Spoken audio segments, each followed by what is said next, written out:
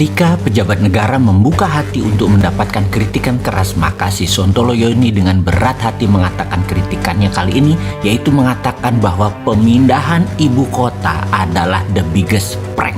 Marah Pak? Enggak kan? Oke, ini jujur loh Pak. Pemindahan ibu kota ke Penajam sejauh ini itu masih halu. Sama seperti halunya Bosman akan kekuatan printing money adalah solusi ekonomi yang selama uang dicetak tadi adalah untuk sektor produksi. Dan saat ini Indonesia tidak ada sektor produksinya yang kompetitif untuk kelas dunia. Jadi printing money dengan kelolaan seperti para pejabat saat ini benar akan membuat inflasi karena memang geblek di dalam membangun industri. Kesel ya dibilang geblek? Oke, kita lanjut ya. Boleh ya, nggak kesel ya. Kita mundur sebentar ke tahun 1918 di mana Jerman kalah Perang Dunia Pertama yang membuat Jerman harus menanggung biaya perang negara pemenang Perang Dunia Pertama tersebut. Jerman saat itu dipermalukan. Ingat ya, tahun 1918. Lalu tahun 1936 Jerman mulai melakukan ekspansi militer, mulai menaklukkan banyak negara Eropa. Berapa tahun itu selisihnya? Tidak sampai 20 tahun. Kok bisa negara kalah perang rata tanah dalam waktu kurang dari 20 tahun menjadi mempunyai kekuatan mengerikan tingkat dunia? Apa Jerman membangun dari neraca perdagangan yang surplus lalu duit lebihnya buat membangun? Ya enggak lah. Ekonom cemen bingung kalau ditanya bagaimana Jerman membangun kurang dari 20 tahun bisa membangun kekuatan besar dan menaklukkan banyak negara Eropa.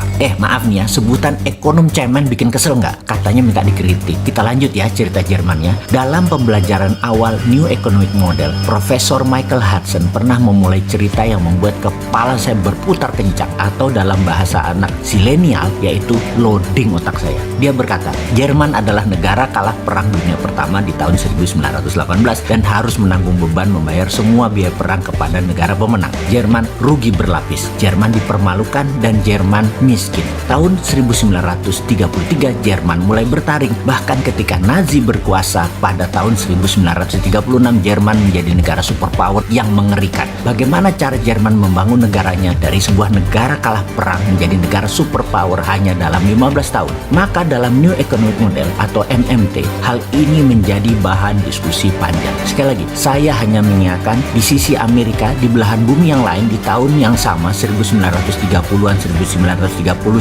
Amerika mengalami Great Depression. Ekonomi Amerika bubble dan pecah. Juga ekonomi dunia ambyar. Sungguh anomali yang terjadi. Jerman naik lagi ekonominya sementara Amerika dan negara sisa dunia terpuruk. Kita semua tahu sejarah itu ditulis oleh pemenang. Jadi pelajaran di dunia saat ini ditulis oleh negara pemenang. Yang kebetulan saja polisi dunianya yang menang pada Perang Dunia Kedua adalah Amerika. Jadi teori-teori Amerika lah yang menjadi bahan pada dunia akademisi. Tenggelamlah teori Jerman yang membangun negara mereka hanya dalam 15 tahun. Beruntunglah ada manusia seperti Michael Hudson, Stephanie Kelton, Warren Mosler yang menjadikan pencetus New Economic Model, bapaknya MMT, yang diadop dari strategi Jerman dan Jepang yang dipraktekkan oleh Amerika tahun 1971 dan oleh Tiongkok sejak 1989. Apa yang dilakukan oleh Jerman sih di kalah Perang Dunia Pertama tersebut? Pelajaran dari Jerman pasca Perang Dunia Pertama seperti kalimat Adolf Hitler yang mengatakan, untungnya kami tidak cukup bodoh untuk mencoba menciptakan sebuah mata uang yang di-backing oleh emas yang memang tidak kami miliki atau hutangan dari negara lain. Tetapi setiap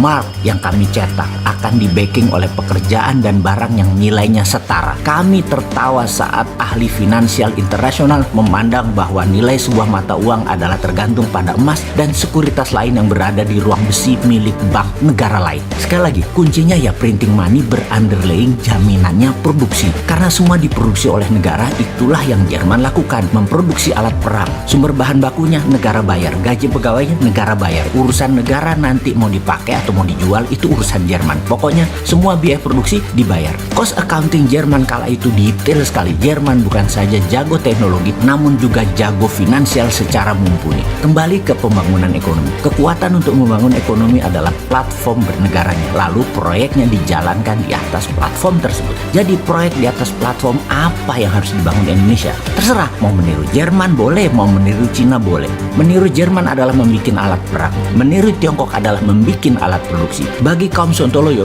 bukan hanya mengkritik mentah, juga penting ilmunya sudah dikasih tahu. Buktinya semua ada di Mardigu Nation. Betul kan?